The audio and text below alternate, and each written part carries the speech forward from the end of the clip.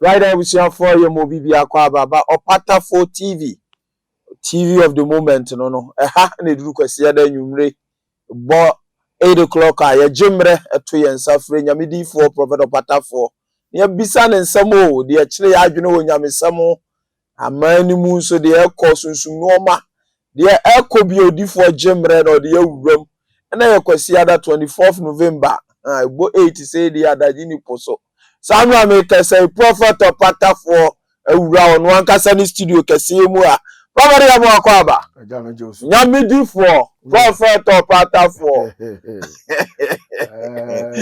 Robert 29th December your boy wo biamwa no ho dodo atwa tekiti say se masokora ebu abrotu for so many say Opatafuor ntanye program am me program idea amafo atwa tekiti pa o abrotu be brave bring a booking appointment with okay I think this is an opportunity. On the 29th on the day. Wow, baby, I'll be tomorrow. I saw down. Okay. Oh, yeah, why? Okay. Send me free at 10 and I do 10 p.m. Shasi alopana. Be free. I saw down. I do 10 p.m. The Zoom. Okay. Your pen pie board, your pen foot will be your park.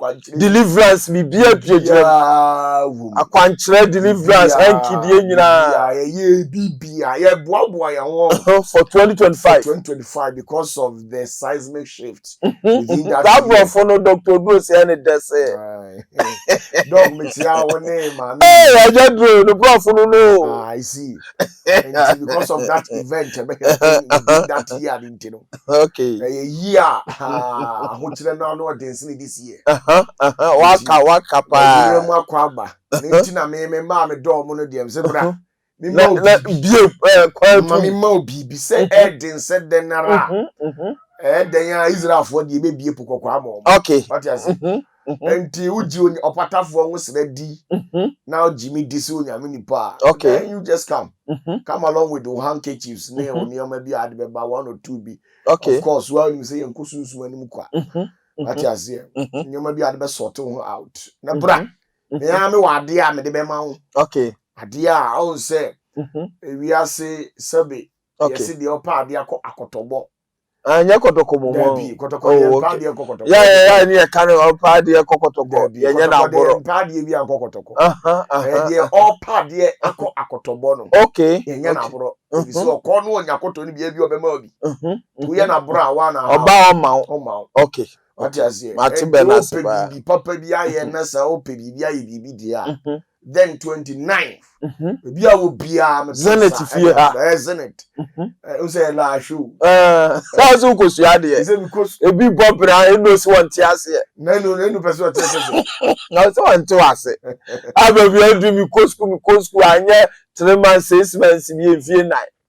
O so wonte ase. O sa ade na komedi agrodo. Adenti. O se weza na wo koi. Ya de obesi asoli fie. Nabi. O ti ase o just say school no kono na omonyo obetwa monte ase. Into be me bon. Ase obesi na yi na eji se obechirechiре mu ye. O ti ase. Me go school. What you say? No say school kura ya nko ni fie na. Ne ko ni say. O say you carry 6 months 3 months. One can go school 10 sa. Every one me ntokwa. Ugbe dey say me ko sha safe class wa be dey. O mu tie o. Abroche for school ni emu o mu nti ase e wa no. Wo msa.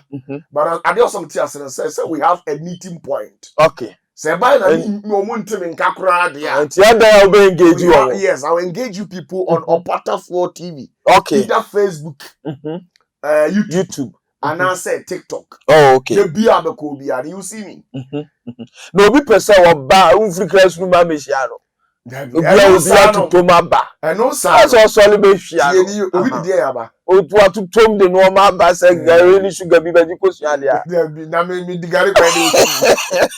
Ah, anyway that for. Me kwa bro chiro sim gari ni sugar bi ko fa. Ti ho obi ntimi shia ho.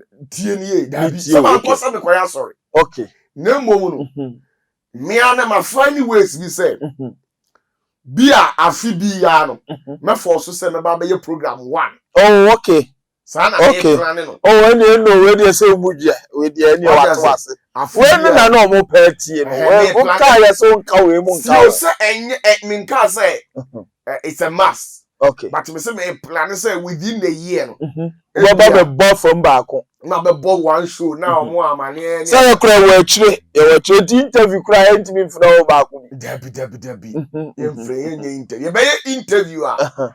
Be to say video call na ye live streaming no mo hwe. Okay. I say it na say ni dey. Ye nya. Oh, okay. Ana be nya say ya dey say bia mo maba. We ba obeye show bi no. Na ya jiro pampe ba. Okay. Eme ye uchiremu ni na ode atudwa no. Awo bobna gu me so. Obi say me huna mane. Right abusia Prophet Opatafuor asase no na nsia. Nyame difo na matene nka no ni program lineup next year na ode atudwa no.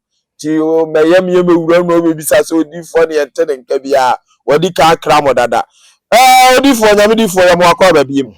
Na wotwi mu na mampayini dada J Kuffour edene endorsement buy for candidate o magira say enkoto o muso aba no no ne doba sa na meka no o se bawumia na o hwe de system na posisi ya na o na betumi agina kon na no e wo Ghana ha betumi atoto no o mayi na papa e beka sa nyamedifo ensama o amanfo super pro papa di Kuffour no nye ize baba Opatafuor ebi kura de ne sabi ne yale nyina super okay na de ha dwene kura ye ono a ni chochuro mu ntwo baako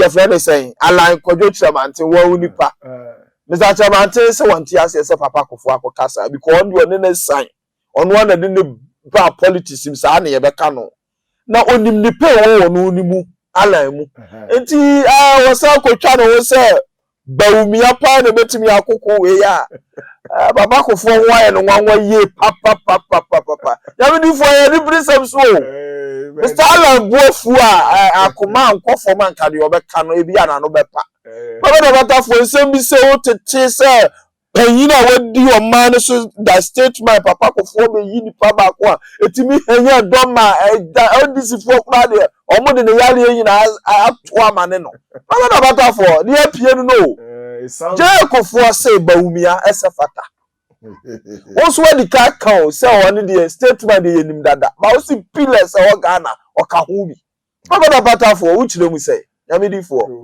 wa adwene chire fa ho Opatafuor fans nyina mechiamu ne kwasie anwumre dudu na etio amanfo ya da o kan sam kwa no betwa de higher start na say man ni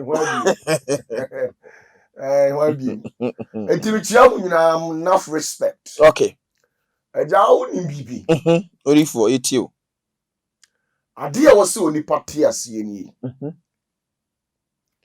politics a game okay and every game bia woni rules of engagement and he say opese okọ politics mu a okay you should be able to understand what governs what we call politics the rules and regulations that governs politics and its political party at large okay ultimate country me say opese o ye basketball player okay but ukosua a football Enfa. It is all person a basketball player there. Okay. Then you must know the code of ethics, the regulations, the right, the limits of basketball, the length at which basketball can travel. Okay. Also, to me, who's any money na? And to see about politics, okay. So by your politics, I was so to the friends of politics, I say. The bia one way dimechi, I believe say gradually me educated binu. Machiro say politics. Yemfa yakuma nye. Okay. Ye de adwene na ye politics. Na politics na de ye ni say. So do akuma dru achi a obi be kan say bi no akoka de yense say ka. Okay. But abra would do adwene de be ye politics no ade bia onipa bi be ye bi and any actions bia na behavioral patterns bia na obi be exhibit within the course or the actions or under the influence of politics bia no wa adwene be absorb ade no. Okay. Then you sit down. Okay. Now what decipher say now also me approach you as we and that's say. But how do wakuma? Dear. I didn't hit you wakuma muano. Diagram no bepa. Oswa no bepa. Now on say initially me say in the rest of the spirit no. Okay. Kuffour any painful be a true support. Because Mahama, I can say Baumia I could bow to them. Okay. To a true support, and I made mention of two prominent people. I even described them as the principalities of Ghana. Yeah, Kaipa, okay. And then I go on and papa about physically. I confirm. A corner de Baumia and bit me. So now with what President Kuffour did, you know, there are two sides to it. Okay. I was someone looking at it in two ways. You. Now, politician be so your MPP ni or your NDC ni or any of the other political party should know the rules of the game. You. Name me prop me point you know. You should know the rules of the game. Politics, what it entails and what is within it and what surrounds it. Okay. Now rule number 4. Politics. Your rules. Now rule number 4 is say. You. The rules of politics, number 4 states that in the realms of politics, when a dichotomy arises between one's personal conviction and the interest of the affiliated party, one, the plans of that party usually prevails. Okay. Requiring a relinquishment of the conflicted interest to maintain party loyalty. Prophet Opatafuor. You. What you say? Ewo amanyosemu no. Okay. Ni twi ni say dia me kan ye nyina ni twi ni say. You. Ewo amanyosemu no. Se me Opatafuor. Se me ye amanyoni. Okay. Na me wo mitiri mu po. Ewo makuma so ade. Nese party ni so wo ni tiri mu po. Okay. Onso wo na akuma so ade a. Empen biara no. Eya na me tiri mu po no. E support party na agenda no. E support party na agenda no. Okay. Sani ebe ya nukuredie any die ebeba party no. Well ye beba. What you say? Sana politics here. Okay. Enunti, what President Kuffour did, I don't see anything wrong with it. From so be any. And from so be any one. Yeah, if he's so a statesman. No. Continue. No. President Kuffour is a statesman at the same time. Born by a certain political party. Okay. So he has every right to affirm his voice on any politician or presidential aspirant that he deemed it fit. Okay. Can you say the statesman now you know? Of free party be na wo no. Na emra so wo politics mo say. Say NDC fuo. Okay. Tieni o. Fancy me to me Papa J, of which I'm not and I can never be. But fancy me Papa J. Mini President Rawlings. Ena me back any ex-president Mahama. Okay. Ena omuko ekon. Now, say be a me Opatafuor. NDC fuo mpayimfuo. Okay. Be a me wo emu bi wo ha. Me pe o masem. Nanso so se party koto aba. Na dia me pe na asem no. O man yina. Me ni option. I was saying the support Emma party ban. The Omato abaye dey. Ayi no. Etika Papa J etiasia ko ni option. So on purpose them Mahama asem kura na. Also betanachi. Adentia. Okay. Because and adom na yi no. I was saying relinquishing or no conflicting interest, you know. Okay. To maintain what you call party loyalty. Matiase. Enti ebi da Papa Kuffour aye. Enti Papa Kuffour ebi na waye no. Okay. In the realms of politics, when a dichotomy arises, what you say between one's personal conviction, and then their affiliated party, plans are the way say who what you know any party ni after no ebo or say who man. Okay. Now support the party. What you say? enti ebia ex-president Kuffour to one ebia na kuma mu ampeba umi asem Okay. Ako obi a open asem pa nansuso The person NPPC ye ne ye pe eye ba umia okay. no no ku ani pa ba Kuffour ni sabaso nya ni kata enti wo po irrespective of the crisis and the conditions that we are going through, the vicissitudes of life, the boisterous movement we are facing, you know, he needs to put all these things aside and support Bawumia. No, mo so a eka ho ni nyina the maximum respect mano.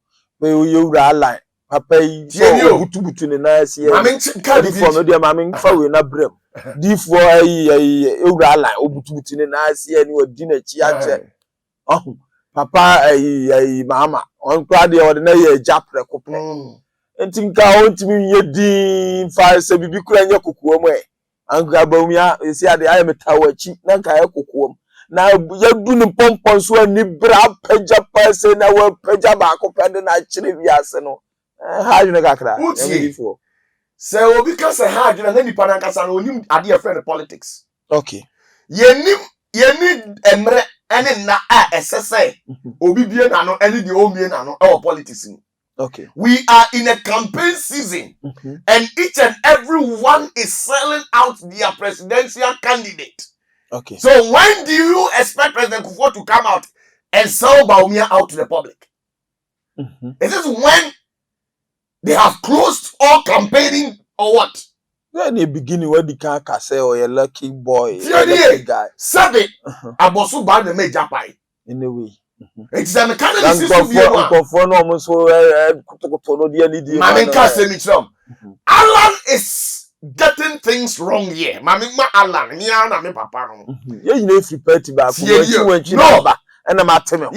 Let me tell you, once you exit the compound, you are forever banished.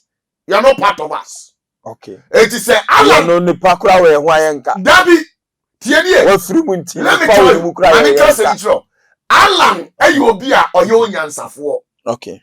Now, you should know better. I didn't think I make us. You know, sir, this is politics. And there no circumstance say, I don't know baby so any papa Kuffour yawa. Mami analysis been papa papa Alan. Okay. Sadia no person what papa Kuffour say. Tieni o. Wo babema. Misu me wo babema. Okay. Ena wo ye ko ekon. Yes ye ko national quiz. Ano obiara de ne maba. Tieni o. Alan ensem na wakokan no ne papa Kuffour ntamu asem no. Say na ti o. Okay. Obiara de ne baba. Ena obiara nim se me ba no. One na resa wa re classroom. Ye terminal exams. Ye quiz code mental cro na ewe. Ena me de me baba bi. Now wo Osekofia de catch me say. Me nim say. Me body there obewe. Na mfaso bia ni so but wo body there de bia anya kra no di second and third our class. Enti adenti no say me ba bedwa me ka say me nim say me ba ne there wa bon na emo mu Osekofi ba ne there. Onimade. On animade. Wo ka be sa. Obi a yemfense enchire say. You ko ha be sa. Wo Alan you are not part of MPP again. Okay. And no MPP member can endorse you. Now no Alan who kokon. Or no yes papa Kuffour. Or no so the Bawumia kokon a. Wo se won ja Bawumia because Bawumia any ne papa na na dem ko Kuffour do. E na say o man no. And to onim ne pa wo hu. And to obra me endorse o. Te say dey make your scenario ya me make. O me endorse no nya ne ba na why power de betimi yes ade wi.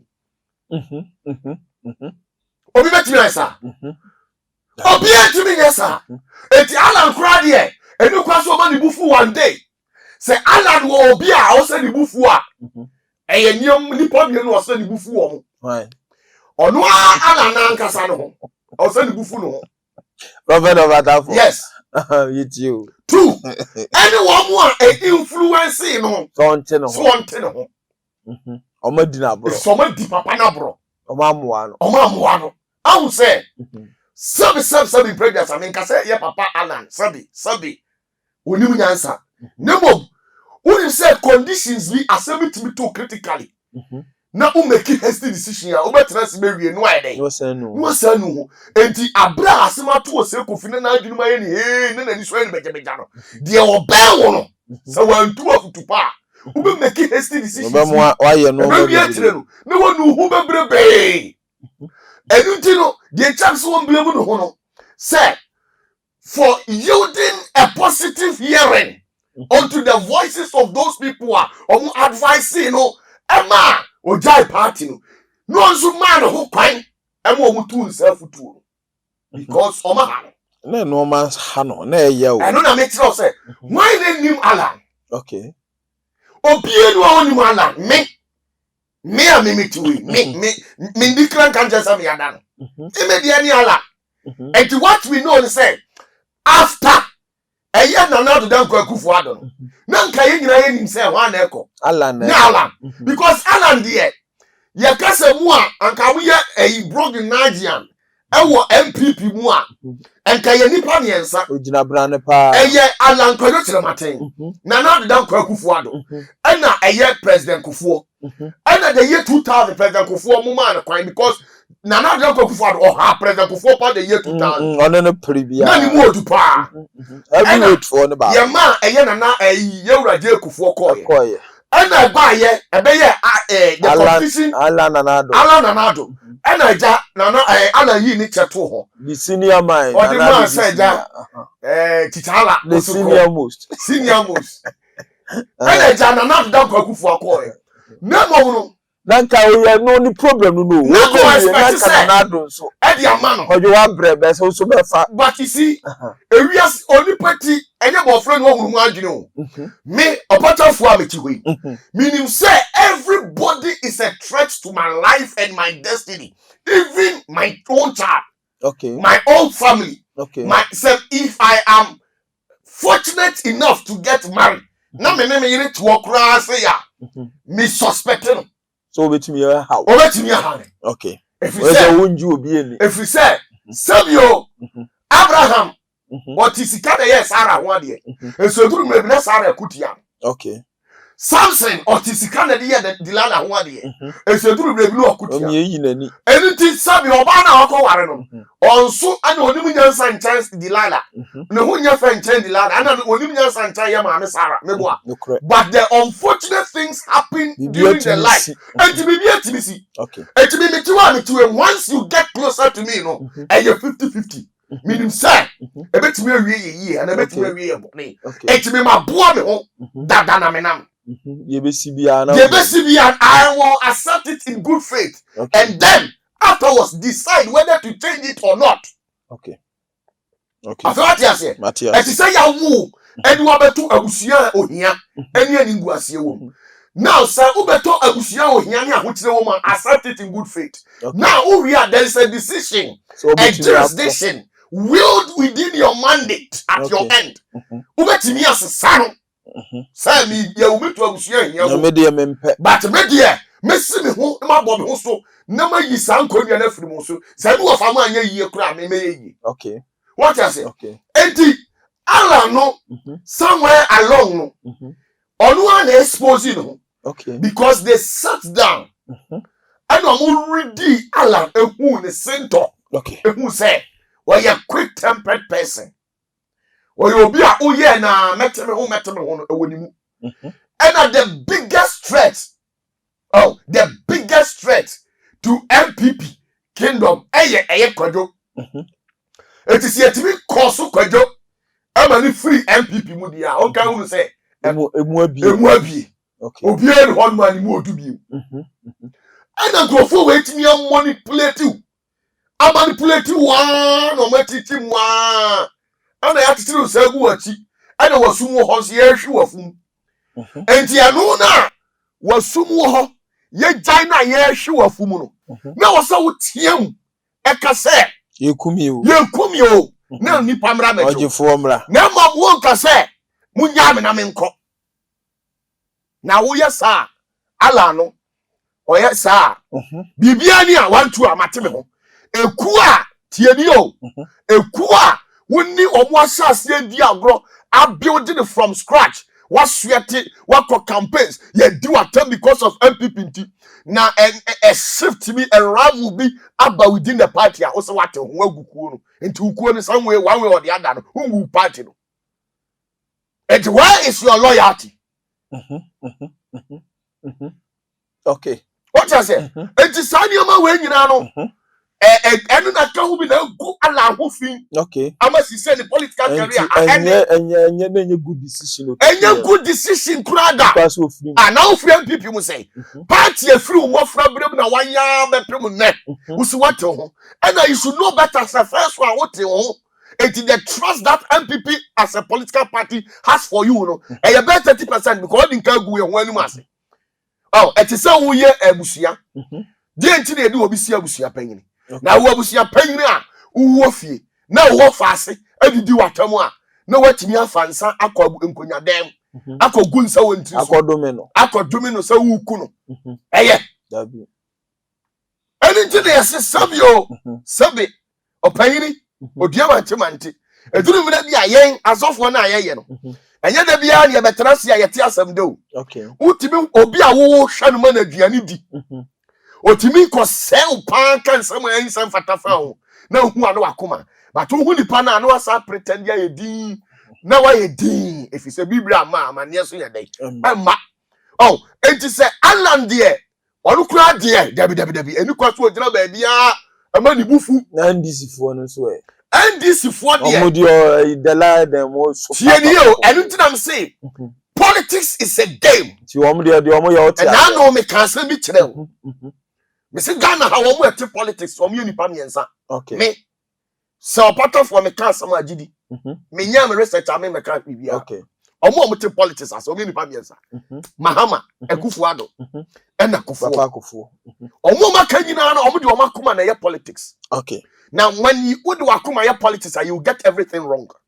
Me pacho, express the Mahama to him. Anyone there cocoon. Now, Kuffour Makasa and what is Wakasa? Because he knows, say, it will be very difficult for President Kuffour to choose him. Abraham no Papa Kuffour, the political party to if he say, you are Mahama. When you be him before, or you Yansafuor, when him say in politics, you know, this is what it is. Okay. Don't forget the rule number 4. Okay. Now, one woman take politics. Omo na kekamu. Omo na didi atamu fi say. The omana ye na atetia say no. And can you cause Papa Kuffour? Ekokase ba unia ene be wini efri ene obetimi abo oman no. But Mahama no tiasie nim say. When such statements comes out of Kuffour, it is no news because it is politics. Na me intimity way. Me MPP. MPP di munti mabe president. Okay. MPP di munti mabe ye. MPP di munti. Wo se me njai na me nkoka say de adun de munto aba Mahama na Mahama o MPP ni. Dabi. Sometimes no, get things straight and understand the game also co play no. Okay. Na bebre no politics no. O sorry no pa. O communicator. Yes man is on koka say ya. This no require on him. On your reference, on your search, on your she. The idea swallow no. No, okotra radio ni TV a. Obeka say jijijile. At the end of the day, no are bringing dent on his or her white cloth. E ban sa. E also you careful. Now, when you look at it in this side, politics has a spiritual side. Okay. And you, politics, it has a spiritual side.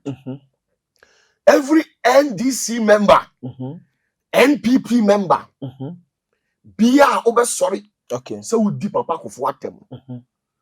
Did attempt attack him based on his work.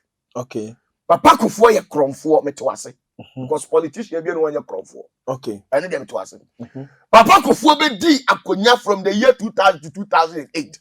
On tray adie party ya Ghana say NDC ni kasa say we MPP ni ka na political party ni kasa say we ya en habe. Okay. Because wo so sa na wo NDC ni wo timi ko kasa Kuffour de waboa ye. Etufo ye bibi kura wo so wanye den. Wanye politics. But you see, leaving all this aside to attack him personally is an error. Okay. Especially, unuya, yeba asantimamu a, asantifo wa mamre bi efe.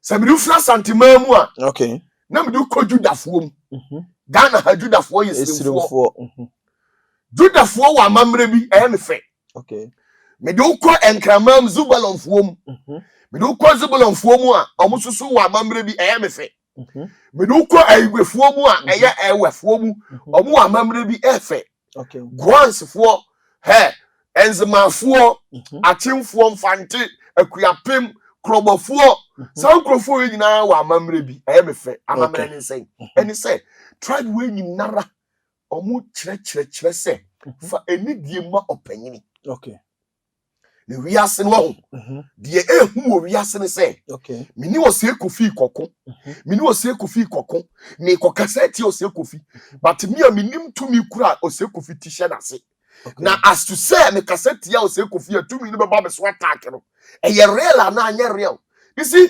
there are let me tell you ewiase tumi camera okay hwe obi a wa bi bebrebe wa asase so a bia won kasa onye ne hu fi obi o ya ho me wa bonten no onu hwe okay na ma me nkyere wade bi yen Ghana mamre asabi abusom kura petro no unko srem enko hu se Karim edidi babatam da okay enya musuo dabi ende omo bu ade pa ubekọ amramama kwato se abrantie edidi akokora tem dabi timi nkasa ntiefo ebe ya sampa sana sante abrantie enkasa ntia ayedai opanyini eye musuo oye ni hu fin poto se nkura wuni kwa papa ni ye ni hu fin poto se sabi president Kuffour ye ni hu fin poto se de ya don't take your stance because you think say you are a politician and he is a politician, you know, ube voice a derogatory against him, a reverse personality. You can attack his political career. And you obey the politics him, ube to me attacking the backlash, no. But go extent to catch and send to why sabi apache no. Hey. Why not you? Okay. Why not this has soon it now? Ebia kasa no ya o na manage ni. Dabio. Obia yesi obia of freedom of what? Speech. But aside the freedom of speech, you know, there are limitations at which where your freedom ends, you know, I want to be the beginning. Okay. Okay. Enunti semi oni frani. Sabi mi obubu ani. Nessa odi hurumia.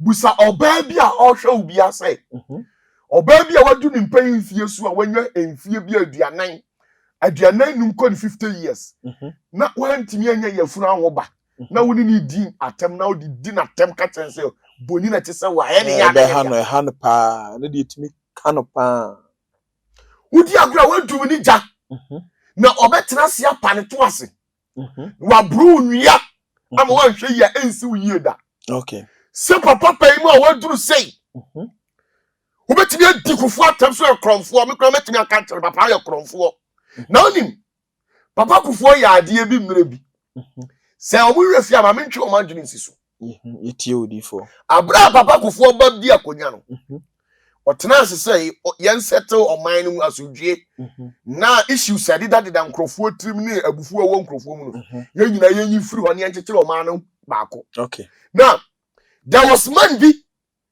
oko attack papa Kuffour say yen nyina refi na doctor Asemfoforo oh okay wo da okoko ka kire papa Kuffour say sa Kuffour si wo wi aga na sika da o modia me kai pa e wo bedwa me bo Asemfoforo NDC communicator baako me bo now okodidi papa Kuffour tem ema enka soldiers for obu no ho attack body gas na so good ena papa Kuffour bo na ni trom so omunya no na woni answer papa Kuffour de ma Asemfoforo o ka kire ne say na ye dem aka say Ghana sika me mfa bi efiri say sabi o meti ha meti e boso me kura nya Ghana sika na edi ameka awunya answer wo de ajew wodi abufuo ene kokasa ye awu akoma so ohu answer mi pacho mi busam after say mine no ko challenge no ekogu nani ma se obedwam no Asemfoforo di say answer na owu ye nyanche wache anche erunti me kan no kura dia tro say politics na ohu ni sa no ye was spiritual side okay Kuffour te ho no ni ti hye baabi senka Kuffour ti enhye baabi a ko ti me di president da tie ni o on ti me di president da se Kuffour do ti wo no ni ti hye baabi a ko ti me di president da okay Dawura Mahama ti wo no ni ti senhye baabi a enko wa mehema mpanyini da okay ji se wo ye MPP ni wo ye NDC ni CPP ni na se de bia wo de wa ye wo se sabi okwamudwan obedi mpanyinfo atem a ma me kan kora nkyerɛ wiase mpanyini se se ni mo antimo a tetewontoma okay na wonim radio presenters fo bebro mu okrom a Ghana okay yenkum ase omu nye yie da Prophet Opatafuor ma kyerɛ omu adan omu be yanku adwuma saa kopim se wiase awie ye bekɔ wonim de ntia efiri se saa radio presenters fo ni binu omu de omano adidi mpanyinfo bi atem akeka nsɛm a ensese omu ka okay enti yemfa me Opatafuor nya example meti wei na o se kofi nti wodi mi gina baabi na o se me na meti na anya me da na me nya akoma mu ya otia wa enti tumi a meti hye na ase no o mfa me ho nkyem odo ho bechaw ana sabi o me nya bibi wo tiri so enti presenters fo ni bi wo ha ya kese wo no me de dabi so ya kese wo enti wonim omadwuma no omo ye no ombe kwan akopim wiase awie ye nanso so last minute no anya stroke yale da ho na de wa branye nyinara asashe ene yi no uti radio so wo be kwan na ya na ma ore free o radio na hunu sa no radio wo ye radio gina mu a edeka wo twam na emre metiase ena e bari nya wo se wo usu nipa bi mada okay ebi aba ti se ene ya wo mra hweye ana nkrofo bi wo ha wo no ma anya issues okay efiri se wa hweye a ebi di tumi ebi mesi asase wesu ebi di tumi ma me nka se mi nkyro okay ababa wa bi sori wo Ghana ha odi obi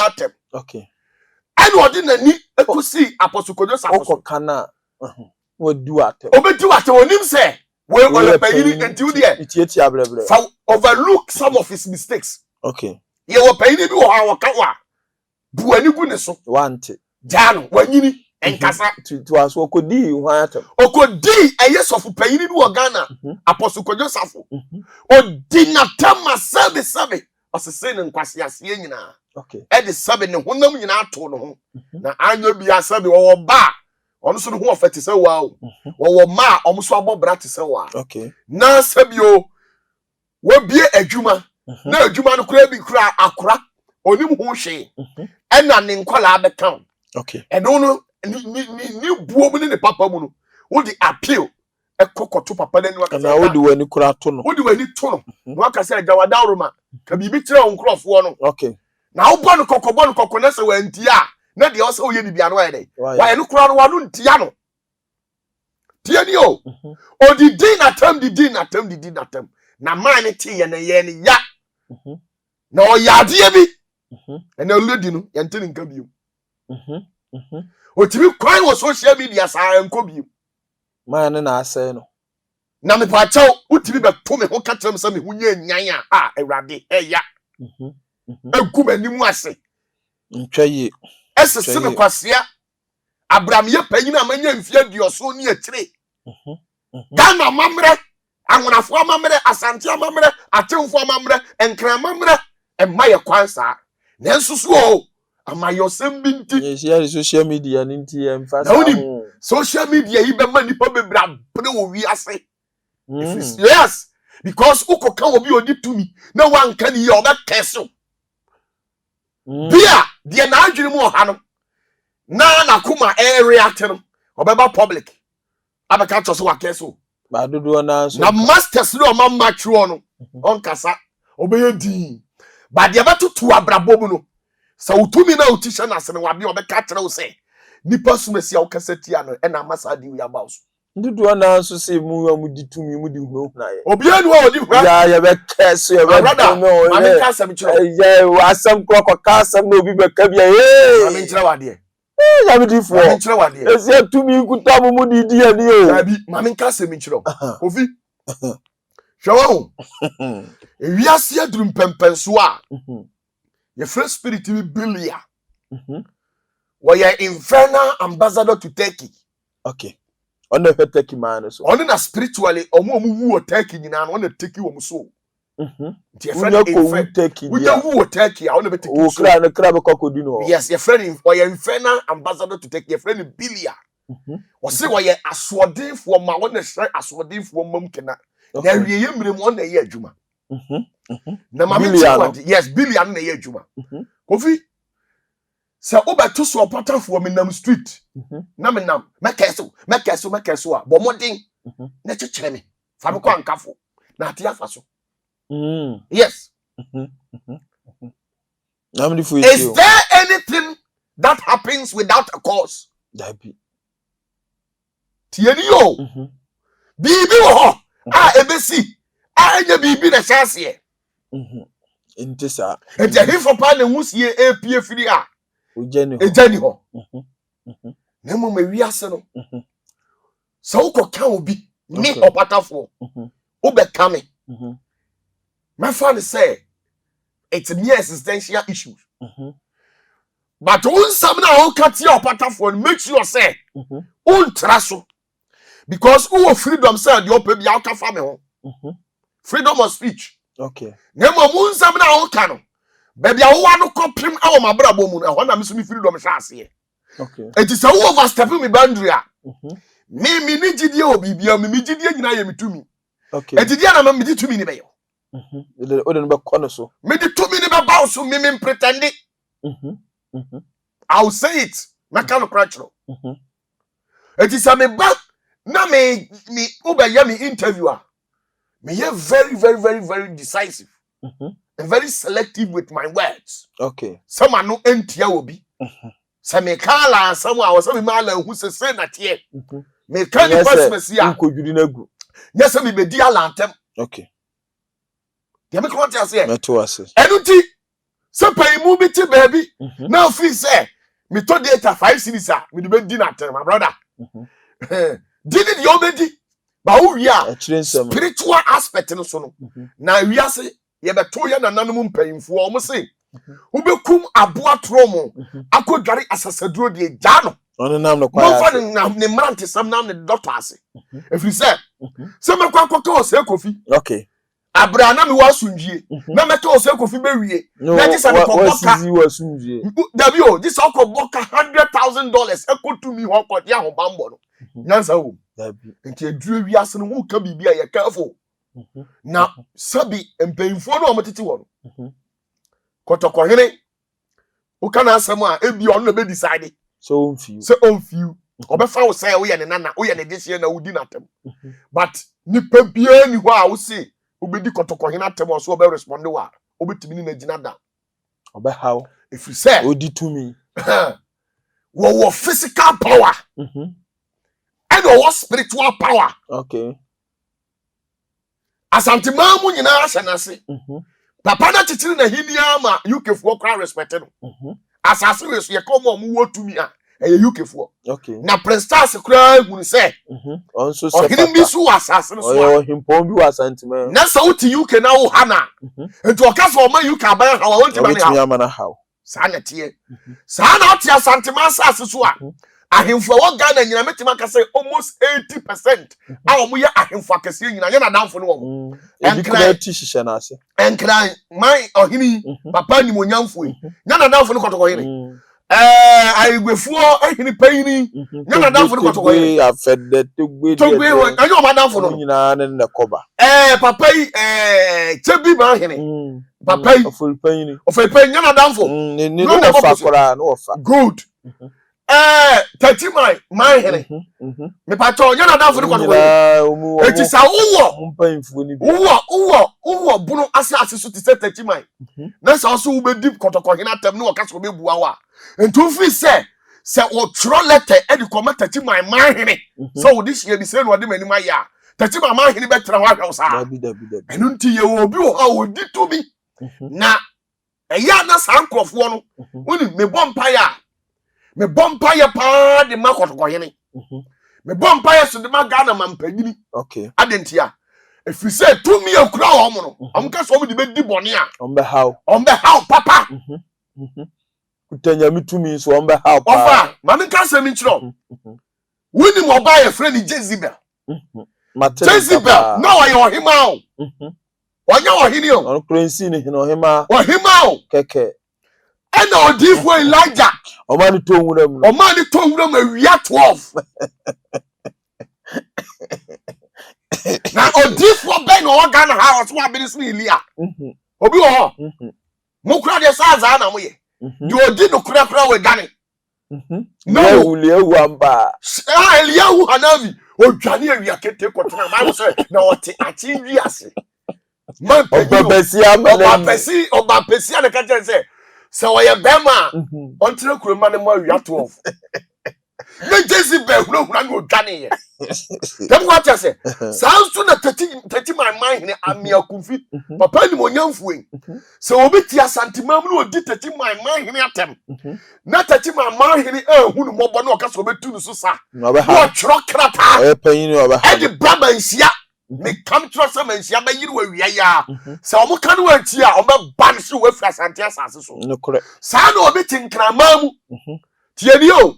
Obi ti enkranmam na so yenkran ni dihye na osori no odidi kotoko hina temu a na se kotoko hini pa obetro krata koma nkran me ni okay am watia sanso no obi wa santimam no odidi gamanta atam papa yi odi na tem di na tene se kramanta hini sole se wo obesole wo so a odi krata ba manhia be kata kotoko hini se wodi hye bi di matama obetro na no agufo oh debi etika huru sa hemfu na we kura dodo na ya na etapie ayi abruchirefo no so no oni ha na wato agum wutie wuni na wuni ha no ka huru se wo kwa abrochire da be o to na sinse wi mami jo wo kwa abrochire da be men de se ono kura oni ha no wa be ye ni o wo kwa abrochire da be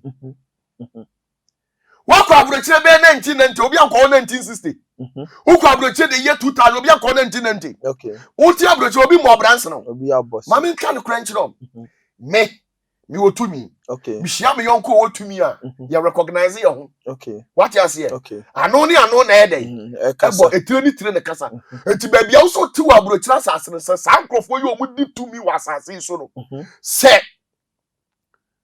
omu sori wo so a okay wonya ba bi nyina na de bia ne aye bom paya ye bom paya se awurade wanu masem se wo hina koma ekura wo nsam okay enti kotoko hina ye di na tamade ye di so na koma mu okay tati ma man hina ye di na tamade ye di so na koma mu enkran hine gamancha ye di na tamade ye di krobofo hine amunafo hine enzimafo hine sahwima hine sahwi oso ma hina ye di na tamade ye di awurade wada horoma so na koma mu okay if he says so just will react ya asembeba o minor money to me okay okay busum be na wa santima mu obetima gina kotoko hina ni if he say abusum ni nyina hu na omu nyina ewura no jame to what you say mato ase odifo enu nti se wo kodi wanu akokasa obi hu na ofi say politics nti wo de ya o say scapegoat you will die before your time. All right, abusiafo nyamidi for prophet Opatafuor asasia no na nsia ni duru kwasia da nwumre 8 o'clock say ya jimre o ya to yensa afre nyamidi for no so ato no bodi ya wuram wa hwe endorsement abapa Kuffour de bai ho nsem goburo ya no wa jimre de ya wuram no nyamidi for ye de wase ene wa dwene pa wa chirichirim na de wa de ya kosku kakra na nyamidi for asamba ko wo ho ha ye pa ne se Israel Israel ya nim fitete say ho na Messiah ni fire ni chi no na se wo ba na Israel we ya ho nya no na we di nya Israel tete Messiah mu Israel no nya no ni prophet Opatafuor o confuse ye wo haye ha ko bi for Opatafuor Israel we nya ye tete Israel kokko fa Jordan suo aba bompa ko so wo mu bompa o se ya da we ya foforo edi na ba ne ba sa prophet Opatafuor but Jordan no eso se no esu ofin da say Jordan ofin dey say ofin dey aye dey ofin dey say ofin yeah prophet Opatafuor Jordan mu ne boy Yesu say asubo mu no no dey toto ofin no na aye dey no na aye tete kuta na yi dada utie the truth has been buried 360 feet underground. Prophet Opatafuor. Tienio. Inti Israel ti onye no kure Israel no. Jordan na ebubu ko bai. Enye Jordan no no. Utie.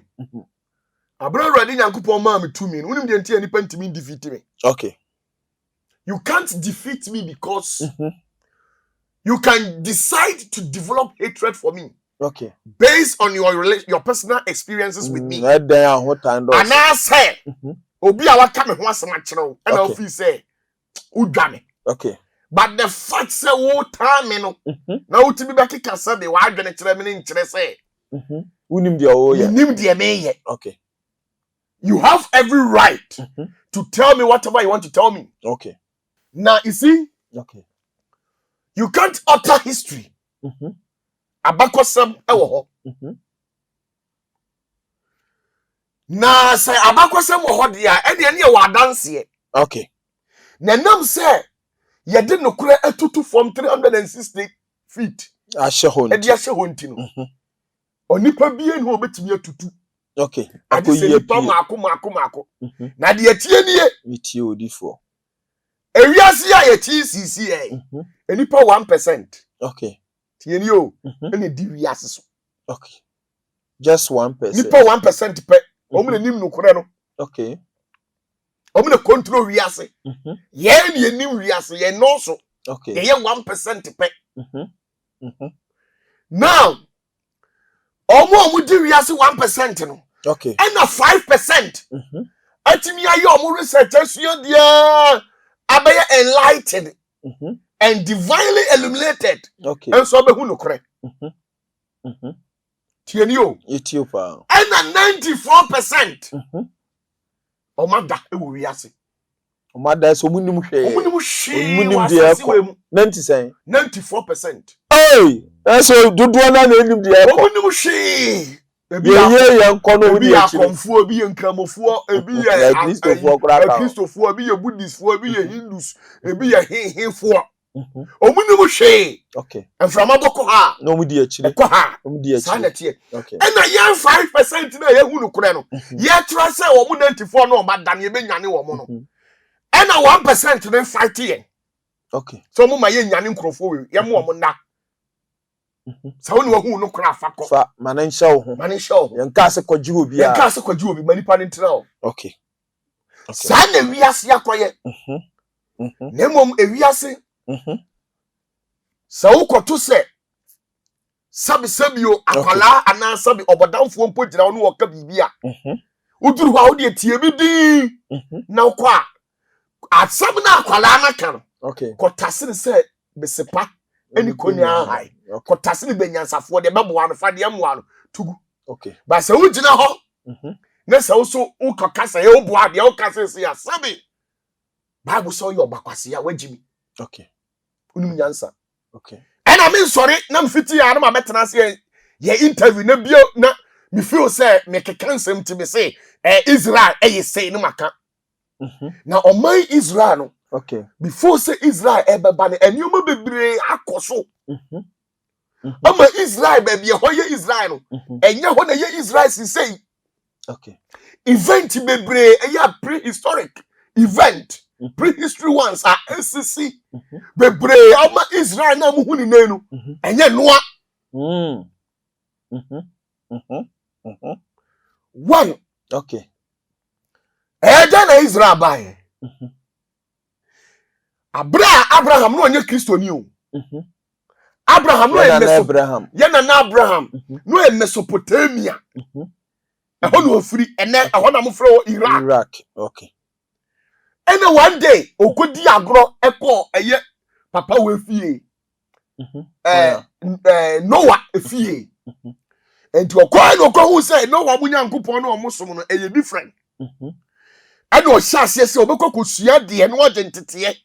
Afri Noah fie. And abro okosua de agentete afri Noah fie mu di agro no. And obehu say tumi bi wo ha ye frɛ ni say. Okay. And to aba fie no na opapa a owo no ya konfo ono sombosom e na okosi sa opapa abosom no ko tugu ye e na omochi eye Abraham de ko tu jam ti said ye dey ko ayi Shadrach Meshach na Abednego edugu tafu no ye de Abraham so tu mu bi Ba dia chi ya na wanhwe. Okay. No hu se eni atumi wo hampa. Eni o ma papa de bre no ho ase. Okay. Ano ono Abraham ni nua ba. O ware ye. Ono ni Sarah. Okay. Omo firi eye papa ba ko bat enye na ba. Ejama. O ware na ade. To o ware na ade no. Eni odi firi eye ho. So o kwotiri asase so. Akobobra. Okay. Odi ko na asase so. Okay.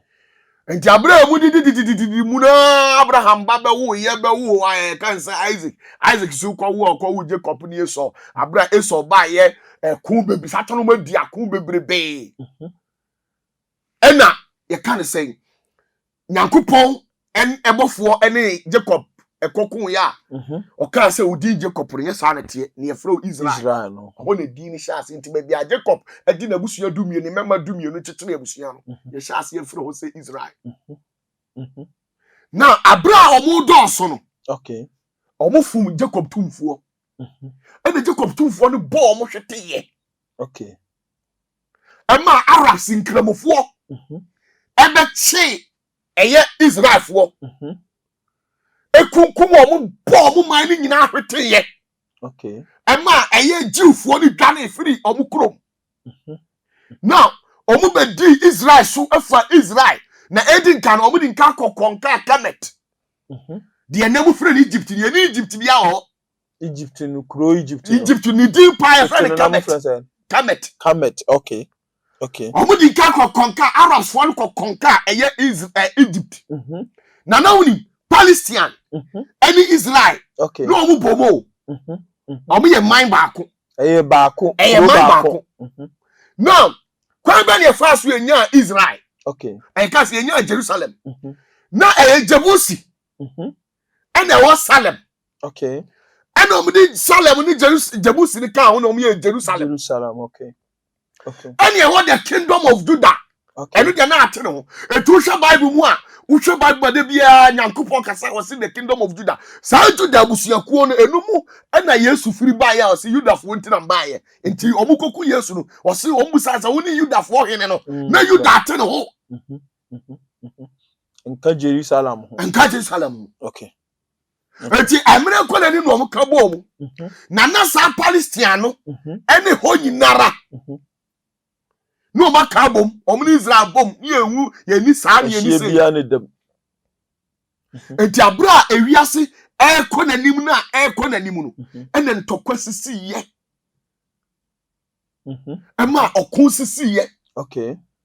Eduru mre bi no Israel fo kwedi Babylon. The friend Babylonian exile. Omkoduru Babylonian exile na omkoye no. Omkodi ho 50 years enkwaso mu.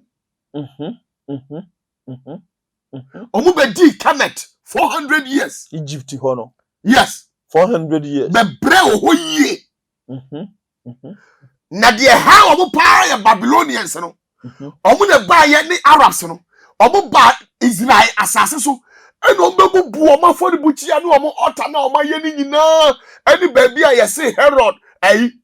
Sa kwa we de ne yiri dani nchiri sie. Lot.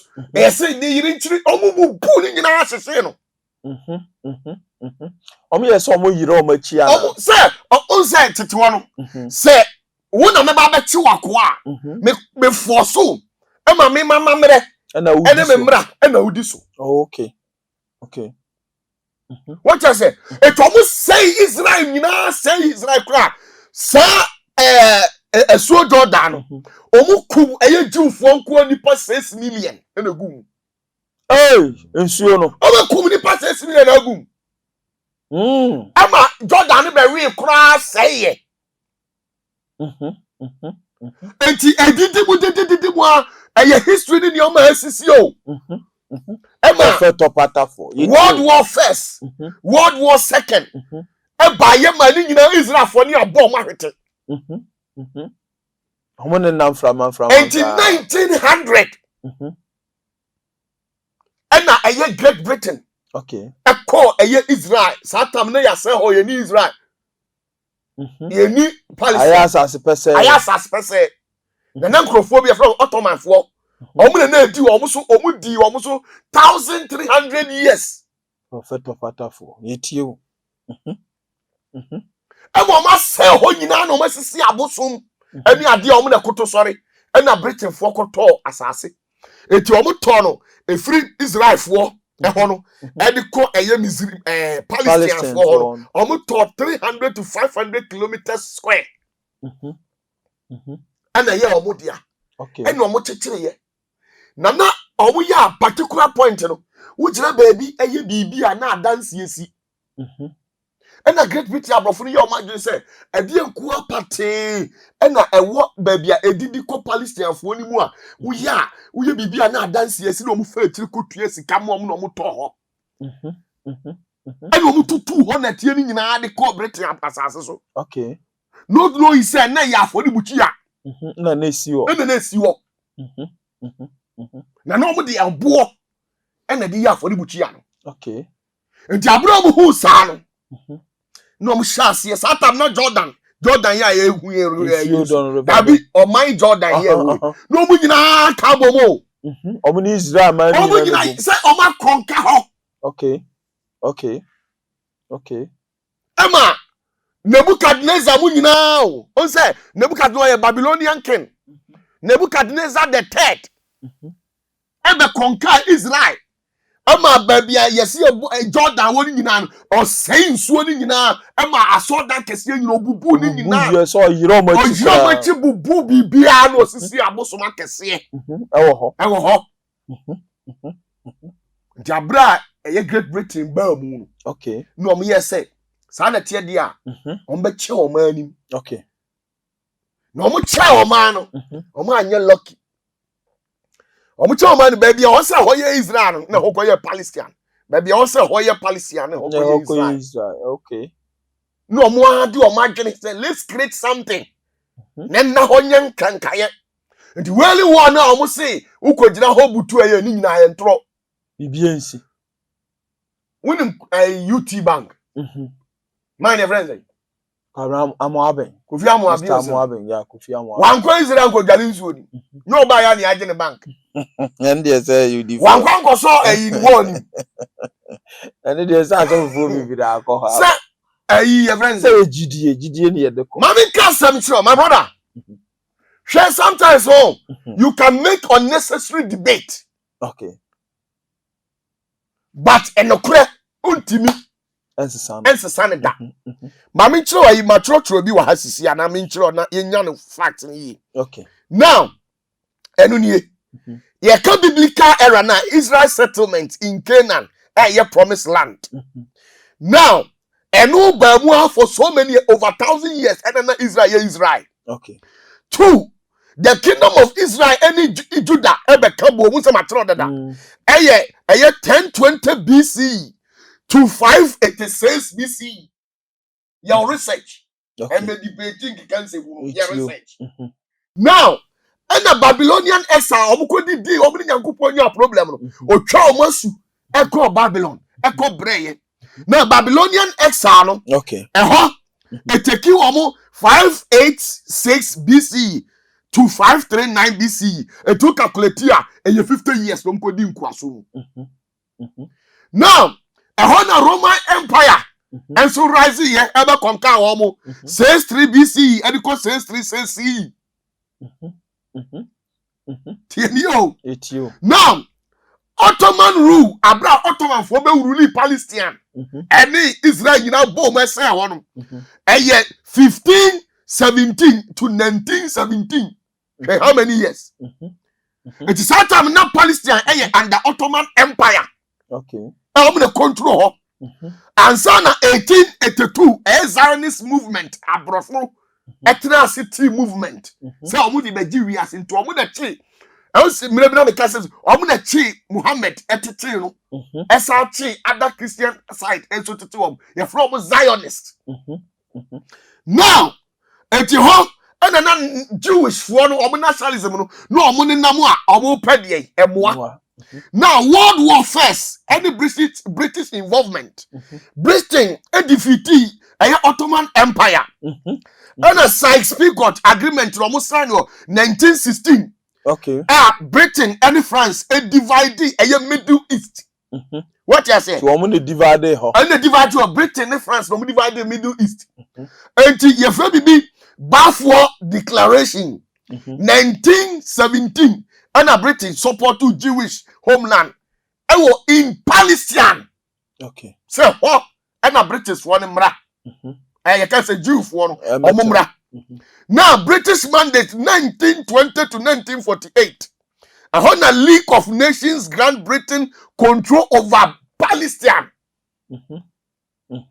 So Mukodi Wamoso. Now I can say 1937 an appeal commission recommended partition Palestine.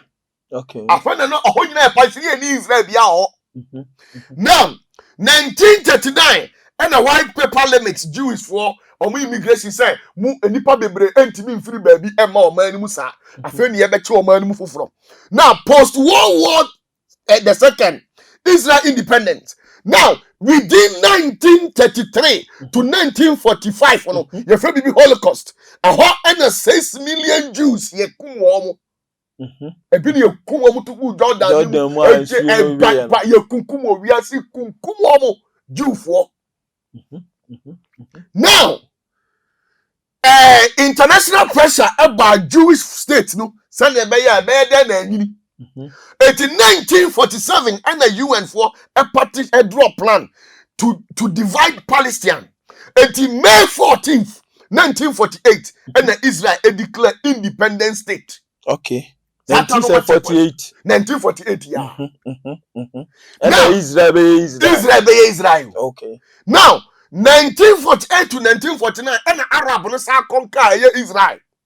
Sa no amukun ye and we be 6 months into kwa e oboda ho. Okay. What you say? Now, I don't think you can say Palestinian for no Arab you can say we British war amukoto assassin every Ottoman Arab for no omo na akonka de ya omo o man. Okay. So what you say? Okay. Now, make my mean tell de enti ya ba Arabs no rule Palestine for over 1,300 years and Kramofo rule Israel ni Palestine nyina say ho nyina Satan no modi nka conquer Kemet. Egypt for no asay omunti Egypt no omunya nkramosom.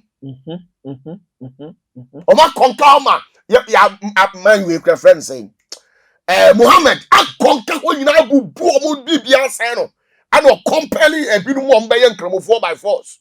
Omudi honko 1,300 years na years ketwa. Now except from the period of Crusader rule. Now Kuffour so be di wiase from Crusaders. Now the Ottoman Empire ruled Palestine for nearly 400 years. Hey, there asasino doma basuko. Sure. Until the end of World War First in 1918. After the war, Great Britain took control of Palestine, which became modern day Israel. Modern day Israel, which became modern day Israel. Palestine and Jordan. Israel became an independent state in 1947 to 1998. Now, the Crusaders captured Jerusalem after 450 years of Muslim rule. 450 years and Kramofo Jerusalem so omu betina ho 450 years enti yes say ho nyinara agina ye bia omu say ni nyinara Jacob tumfo na agina ye nyinara omu say bibia oh enti say nioma we nyinara oh ena akoso enti baby ofi say Jordan wono Jordan do dia ye Jordan nya de ketwa Oma says no bibia enti Great Britain for na say ebesiesie bibia ebesiesie ho say yen shadan ye han kama yen ka say ye Israel tete man no mo mfa eno ma kan say afri tete na ye na Abraham oma ye hu deda de ato ye na Abraham Israel na nkasa na omudi gya ye ne de ye na Abraham Israel no hyase ye biblical era no enu nyina ye different no. And so that the kingdom of Israel need to the Krabekabum 1020 BCE. Ediba 586 BCE. Babylonian exile no kura bono. Aha na ha wo mu pa ye Babylonian exile no. Aha na ha wo mu ye because aha na wo mu ma wo mu kwanse. Dabi aha no mu di 50 years but Babylonian na ye Nebuchadnezzar the second. One na tie konya so. One na ma kwan mo mbebu afori butia na wo Israel sense ho nyina e ka kire Israel fo say o ma fa nyinara omu ni omu dia omu kofa atumi e friend Easter and then we celebrating Easter no omu di ba ho nyinara ho ne free omu ye Babylonian god Easter or a Babylonian god Nebuchadnezzar na na so no. Okay na mo force mo ama na symbol ye nkosia na o ye tumi a opia bonte a ono odi adanko moja odi adanko moja wi na o man kosua crate o man crate mako 36 o do kosua crate 36 na which means the number of eggs na we di no say ni pa no obekum tu okum anything na every Easter bia ni atorentema kese na si wo wi ase no Easter bia ni Bible mu ye ni Easter bia ho omo na create e ya bosomso ye friend Easter na ye dan na nka wo se wo di Easter na nka wo se celebrate Yesu ana na Yesu cross bi ani na papa da upa check internet see a enya the bunny and the egg na bunny and the egg no why yi me symbol of Easter the symbol of Easter adankuni kosia na ya adankuni kosia unia amudi abosumsum na be wuram ana mudi akire na ye na ye nim no kura no ye ka na kwase yampanyin bi ono kura no na brabo bi ti no so kantaw said ye o kanya no kura me was event asisi no Easter bia ni Bible nti me ma so le won se me di Easter da dabi won so won se me di Christmas ni Easter because ya wu Yesu 25th December bia ye ntoro na dia anya no kura na Opatafuor me se me de no kura na nam no me ye de no makodi Christmas 25th December adi ami di ye New Year em de me feel say afia so eno kura New Year no kura no enye no kura date ni nyina asesa Nebuchadnezzar na yes ande no Nebuchadnezzar na yes ade no so enti what one man who feel say entro bi na ye twa ana bibibi ensafata almost say bibia almost say everything about Christianity obudi abosomsom ne ntro de ade na mebusa sabio yesi ye di asante afashe asante amamre na asante hu bibia eni amamre na ye yenu asante dia papa enfiri nya asante the bato asante to kumsin Lovina asante ti dabi Esmeralda asante fodi na mo ti apia kubia asante ni o mo abro danso abiam ye dia ya asante kwate mebua kwakudua enya asante na denti na musemu di Christmas Easter eye Yesu Kristo na mantimi amfa cross ana Bible kura anya symbol owusole pa Yesu amani da uko internet adanko de adanko for Yesu adanko eni kosia na Yesu aye kosia ona ma me ye research am copy spirit na friend Easter na Easter say we Babylonian god we are very strong our Babylon okay na no ne friend Easter na oba bia odi adanko oba bia odi nkosia na owia na o ma mframa kesia fa no wakumbi nti da ya Easter mframa nti ena omu yi sa Yesu Kristo Yahushua no na fashion no edi free ho edi be share Easter time okay say ebe you say who celebrate Yahushua but tumi your friend Easter onu na who celebrate no eti duru ha obefa mframa oye powerful god oni tumi bi omu yem e fra ba ko Dagon is very powerful. Omuna aforibuchi anu. You can say apoda kan kosi na nim ade tie no omuna ahwe fom no. Onu no. Dagon is a powerful god. Titi abosom tumi no. Titi abosom. Enti ye ni Easter bia ho mimi ba wiase mi ni Easter da. Mi ni bi so da. Okay. Me ma sori ba bia no ho amamu akọ Easter convention bia. Okay. Edi ho. Ye abosom so. Ni nyina ye Easter. Your research, I didn't also Easter, Udi Easter now, who could you can say Adankunin Kosia. May was so sad 2 minutes so to be Adankunin Kosia. It is annual when you know my incorporating. Nobody have been working. I know my mamma would dear Chile. Bibiani Nanka Easter time, your convention. Nakadi can't cream no more. Share you for as you for call convention. I'm gonna have.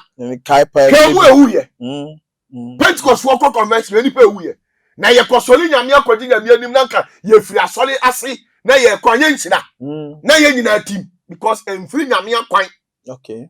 Eti wei when akodina say me ko Israel who fi say wakonyankopon ja na hini Messiah chi eye Britain for and titiri Israel we and 1948 no mu declare as a state na assassin de eye assassin na e wo no na so so no emoja ni efia ka assassin no who say yesu so no on say western media na maka to so me very bad it you careful omuma false news for you to believe on say yesu so no ka trust auto bomb to Israel ye dey embo mewa but auto eto ana ento enye ntoro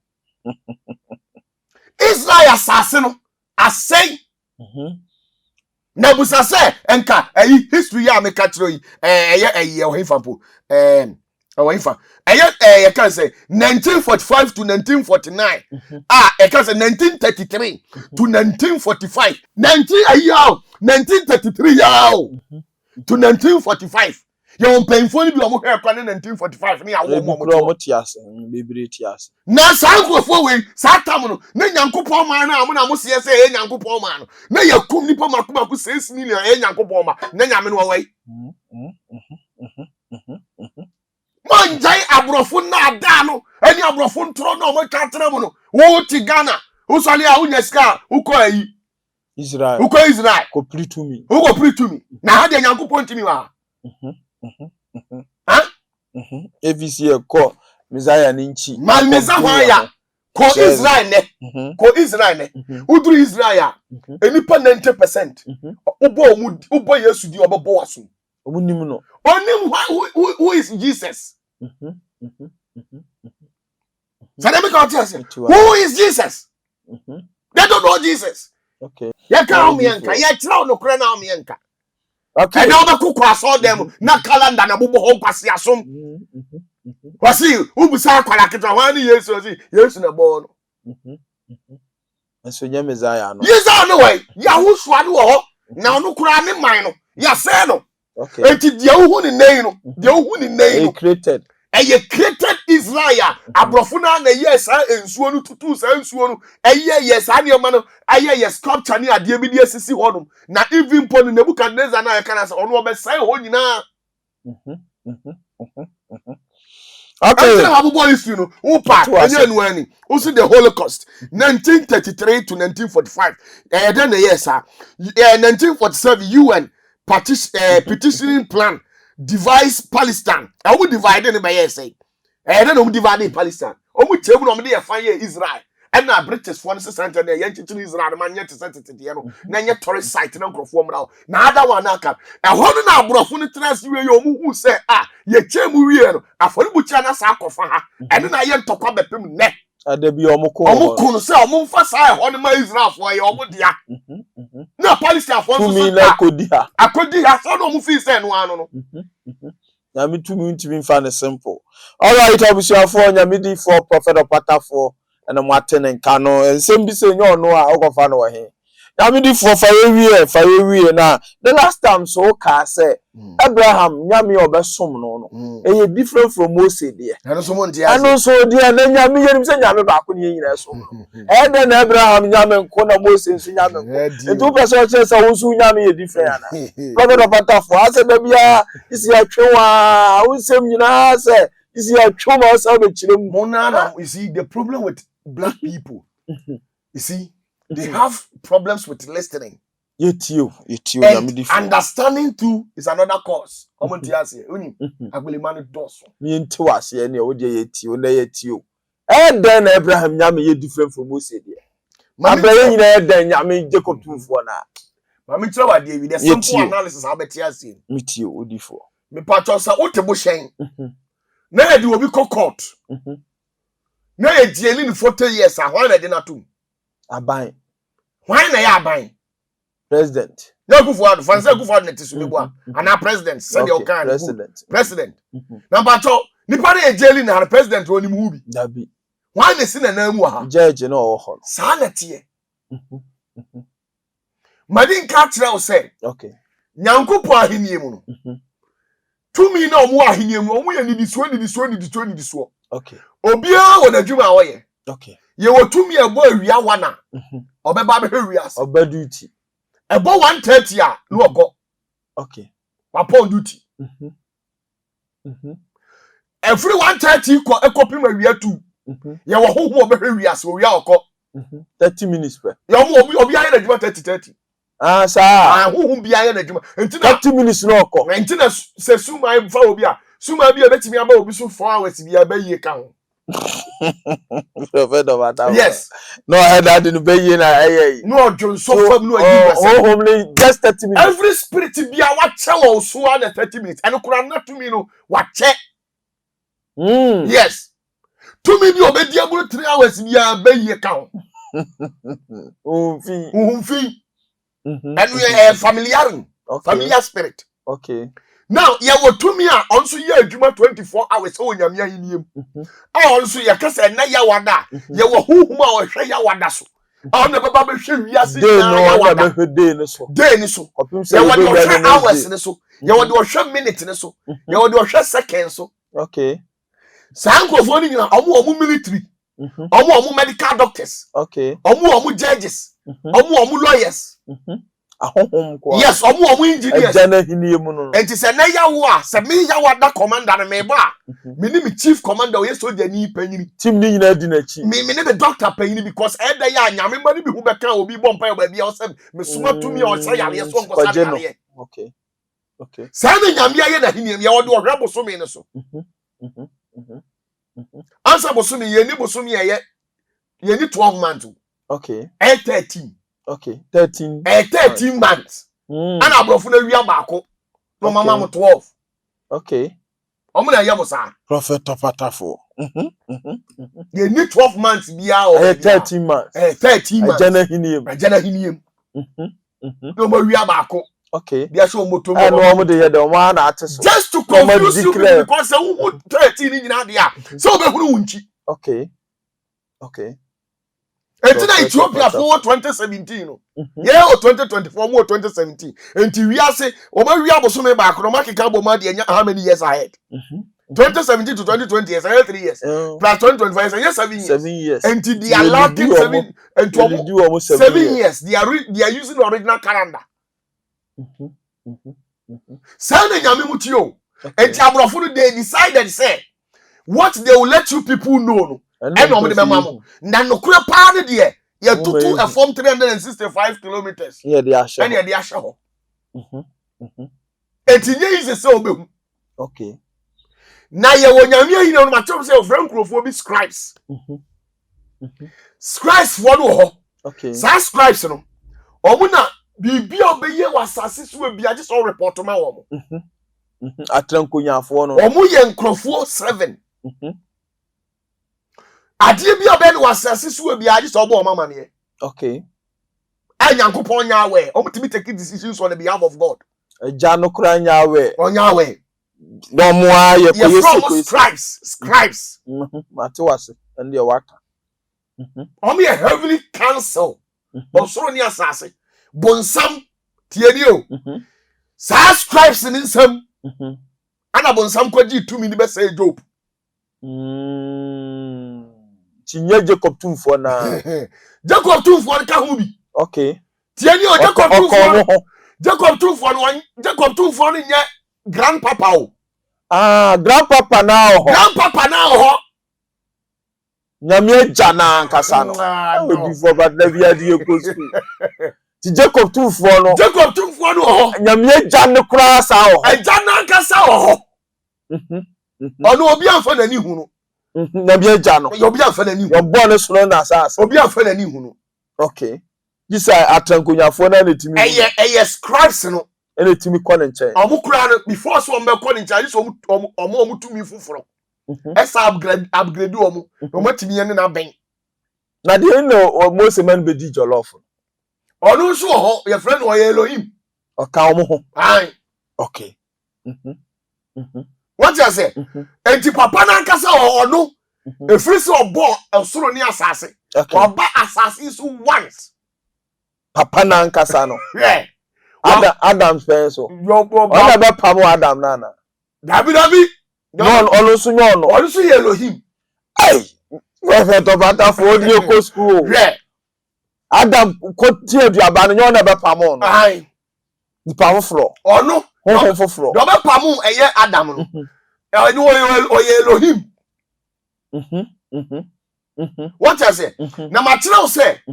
Jacob tumfuo no. Okay. Eye papa na do bo wiase. Na me jana. Alpha ni Omega no. The friend Alpha ni Omega. Asase ni awie no. Ono. Ni din ye 7. Okay. Na the change say spiritually no. Every word carries what you call power. Okay. Now every power is an entity.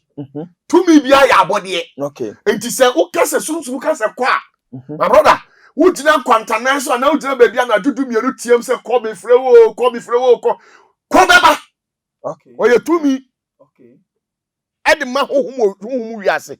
And why kasa ed ma who na mani. Okay. Eti ya won krofo ni bi wo ho mo a. Edi bi wo ha ekura Yakupon din ye 7. Na sa edin 7. Emu bia no eye ni tumi a eye supreme a ono nje Yakupon da ne ho adi. Edi fa ni mu.